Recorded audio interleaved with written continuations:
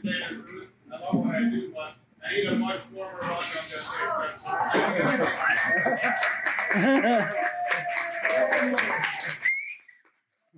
That's the microphone die too. Hey!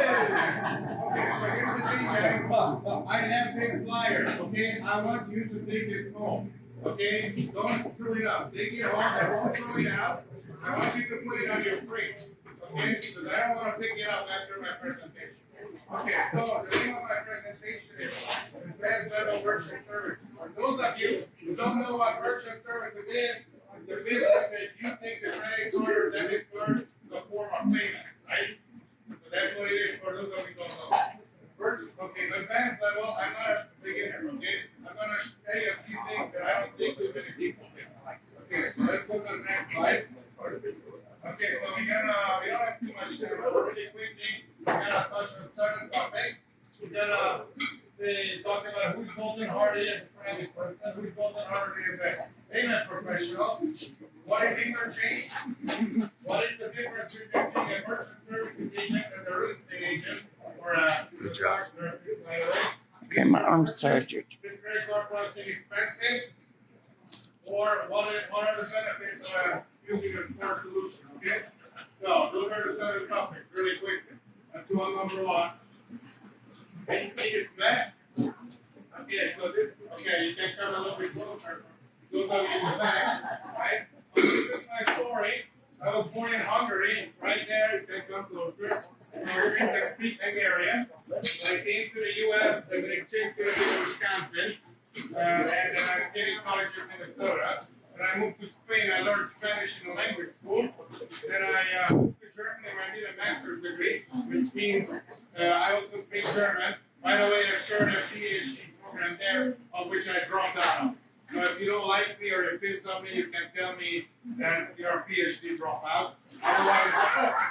Otherwise, you can call me a charming James Bond, because that's what I consider myself to be. And yeah, after that, I actually immigrated to the U.S. legally, and I'm in Arizona. And ever since I've been here, I do merchant services in the past 7 years, right? So the thing is, I'm not a minority, not a veteran, not disabled, not a woman, and I work for money. I'm not a non-profit, but yeah, I do want to help you, okay? So let's go to the next slide. So the bottom line is, I'm passionate about helping businesses grow. So a lot of people in merchant services, they want to save you money, okay? I don't want to save you money. That's not part of my marketing strategy. I'm not going to make it more expensive for you. But I don't really care about saving money. What I want to do is help you with customer engagement, loyalty, automation, time-saving technology, inventory control, and I want you to be able to take the payments on the spot from your customers, wherever it will be, so you grow your business. Okay, that's my goal. So let's go to the next slide. So yeah, as a merchant services professional, I've been in business for 7 years, ever since I moved to Arizona. I worked for Bank of America Merchant Services. I sold at Bank of America in 2017, the biggest deal for the bank in the Arizona market. I sell now for the past 4 years. I've been self-employed. I served 40 years, 500 merchants. And yeah, I have clients in New York, Florida, California, and Arizona. So let's go to the next slide. So let's talk about me versus the other guys, okay? So in my personal opinion, merchant services, the number 1 question you need to ask. I'm trying to dance a little bit so you pay attention more. So, only have a charming James Bond, right? So, whenever somebody approaches you, the question you need to ask them, are you W-2 or are you self-employed in the business? That's the one thing you need to ask. The reason for that is because when I was a W-2, the turnover in any kind of a W-2 sales team is huge, right? The turnover is huge. In other words, they're going to sell you the product, and even if they want to help you, they actually will push you to the 1-800 number. When I was in Bank of America, my boss told me, hey, listen, you can't keep your job for doing customer service for your existing clients. There's a 1-800 number. You are paid to put up more deals. And that's the reality in any kind of a W-2. W-2 people, they do not control their portfolio. Also in this business, we live off residual income. In other words, we get a residual commission. But when you're W-2, because they have a base salary, that residual commission will only last a certain number of months. Bank of America every 3 years, most first was 12 months, so it's not gonna last. If you're self-employed, I control my portfolio. In other words, I only make money as long as you process with me. In other words, my motivation is a lot bigger to service your account as long as possible. And I also sell multiple products across the board. I don't just sell one company's product. So that's the number one thing you need to ask. Are you W-2 or are you self-employed? Okay, that's an important question. Next slide. Okay, so after you ask the number one question, you need to know the number one word in payment processing, and that's called interchange. So the interchange is the wholesale cost of accepting the credit card. And that's the same for absolutely everybody, whether it's Walmart or Chase or whoever, Wells Fargo, it's the same for absolutely everybody. And these are dictated by Visa, MasterCard, and the card brands, right? In other words, if somebody comes to you, oh, we're gonna save you everything and all this, it's not really possible because they don't control the majority of the cost, right? The only time they're gonna lie that to you is when they're gonna have to pass from the credit card that you give on your customer, but it's not really a saving. In other words, it's important for you to know that the wholesale cost is called the interchange, and that's the same for everybody, and that's dictated by the car brands. In other words, a major saving is usually really not possible. Let's go to the next slide.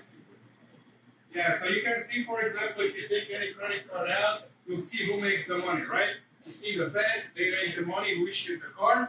You see the car brand that's going to collect the money. And you see it's American Airlines Advantage card. Therefore, the cardholder is going to get that money, or at least miles, which means who's going to pay for them. That processing of that card is going to be more expensive. The airline mileage is not for free. You're going to pay for it as the merchant, right? Because this is a card that is more expensive. Let's go on the next slide. Yeah, so you can see here the cost of accepting an average card ranges from anywhere from 1.58% to up to 3.3%, and that's the thing for absolutely everybody. Chase, Walmart, doesn't matter. Let's go to the next slide. Okay, so you see here the three cost centers, right? You see here the cost center 2, which is the interchange, which is the big majority of the cost that nobody can negotiate with. Everybody always tries to negotiate with me, which is me here, cost center 3, the yellow guy there. But I don't control the majority of the cost. But they're not able to talk with Visa, MasterCard. And cost center 1 is really the software or the POS where I try to bring value to help you grow. Okay? Is that clear? Do you have any questions? Okay. Let's go to the next slide. Okay, so what is the difference between a merchant services agent and a real estate insurance agent or a massage therapist, right? So, the massage therapist or the real estate agent, I have a real estate license by the way too, so I know the difference. They have fingerprint clearance card, they have disciplinary actions, right? There's no licensing. Yeah, I can email you the presentation if you want. By the way, I can see the back. So that's a major problem of the industry, right? That's how the reputation is bad. I didn't know that before I got into it. Let's go to the next slide. So, okay, yeah, so one thing I want you to understand. I don't lease equipment. Don't ever lease an equipment. Okay, that's number one. If I can ask you to tattoo something on your chest, that will be the thing. Don't ever lease an equipment. It's very bad. It's the worst deal. They're gonna screw you over big time. A machine like this, you know, maybe $300. They're gonna lease it for you in 36 months. Non-cancelable lease. You're gonna pay $1,400. So don't ever lease anything. That's all I can tell you. Okay. If you can do it, we won't be friends anymore. So let's go to the next one. Okay, so, oh yeah, is credit card processing expensive? Okay, so first of all, it's a tax deductible business expense. Our bookkeepers can tell us, right? It is whatever, normally a business, a C Corp, 21% tax rate, that's tax deductible business expense, okay? That's number one. Number two is what I always tell people is like, consider your business not taking the credit card. The credit card processing, let's just say costs 3%. It doesn't actually cost that much. Let's just say. Okay, stop taking the credit card. How much business do you think you're gonna lose? For most other businesses, that's gonna be in the double digits. For most businesses, that's gonna be in the double digits. So actually a higher double digit, but let's just say 10%. So are you willing to pay 3% in order not to lose 10%? That's number one. Other thing to consider is really the time value of the money. Because for example, I gave you an example, I had a moving company, and I told them, yes, you don't have to take a credit card, but do you want your people to run around with check and cash? The administrative cost is gonna be a big burden on your business, right? So let's go on to the next slide. Yeah, so credit card processing will legit your business, boost your sales, eliminate the risk of getting bad tax, improve your business cash flow, and it will give you the chance to really grow, right? Next slide.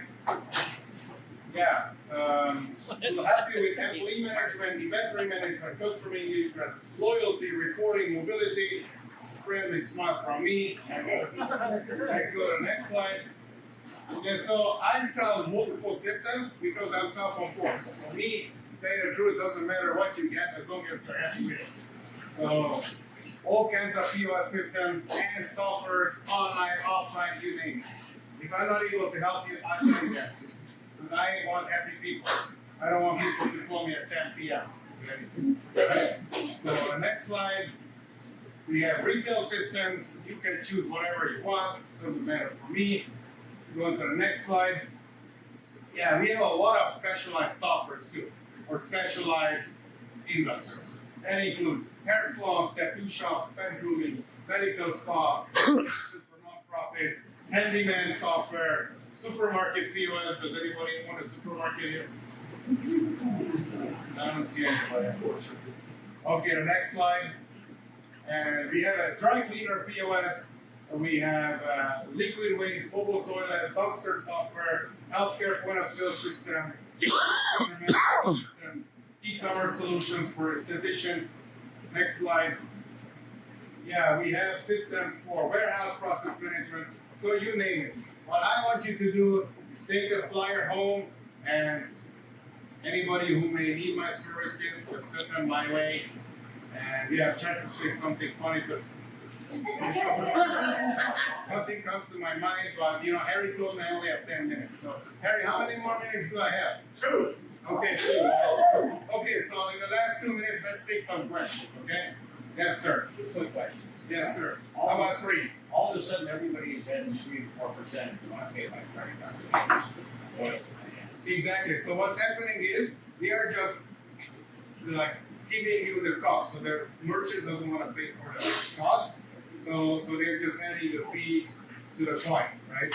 So that's exactly what's happening. I mean, yeah. Slows it down. And then they don't have ACH in place. It's like you can't have an alternative. That's right. The law says you have to have an alternative. If you don't have an alternative, what I would do is I would charge back the card because because they need to put out a sign that they're doing it, and they need to provide you with an alternative payment method. If they don't do that, then you charge back within the case. So the second part is e-commerce small here would be free. Yeah. And there are certain systems I can work with, and there are certain things I cannot work with. Well, it doesn't matter because we can speak. Yeah. So that cost is baked into that. Yeah. Yeah. For example, they charge how much? 3.5%? 4, which I know it. Yeah. The law says maximum is 4%. The reason they do it is not because they're so awesome. It's because it's a lot of money. It's good profit for the payment processor. That's why they advertise it. Okay, you don't pay the cost anymore. The customers pay, but it's actually just really good profit for the merchant company. So yeah, that's not as true. If somebody is good either way, yeah, that's what happens. I just have one question. What's the difference between American Express and every why is it American Express so high? Yeah, that's because American Express is kind of like a high-end car, right? So you get a lot of perks with the American Express. I don't have an American Express, so I couldn't tell you, but I know you get like airport lounges and whatever. Well, someone's gonna pay for that. The perks of the card holder is paid by the merchant. I don't know if it's changed or not, but also never use a credit card. One's a charge card, one's a credit card. So if you purchase one of your POS systems, then are you in a contract for so many years for you to be the processor? Okay, so there's two parts, the equipment and there's the merchant account. The merchant account, no, you can cancel anytime. The POS, again, I would not suggest you to lease. Everybody tries to lease because you pay 3 times the cost of purchase or twice. So if you lease, yeah, you're stuck in it. If you purchase, then no, I mean, you can do whatever you want. Some POS systems, you cannot reprogram the processor. You cannot switch the processor between the POS. Some, yes. Some, it is possible. It's too expensive because there are technical problems with the thing. So, yeah. Yes, ma'am. What's your best referral? The best referral, anybody who's nice, who's kind, who accepts credit cards. Yeah, that's pretty anybody. I mean, they need to kind of process at least $5,000 a month, which is any reasonable business does it. Otherwise, it can't really help them. I set up once a merchant. I literally made 0 on their account. I went out the weekend break. I set them off, but they processed $500 a month. So it's okay, part of the business. But yeah. Okay. Larry, Harry, you want to say something? Well,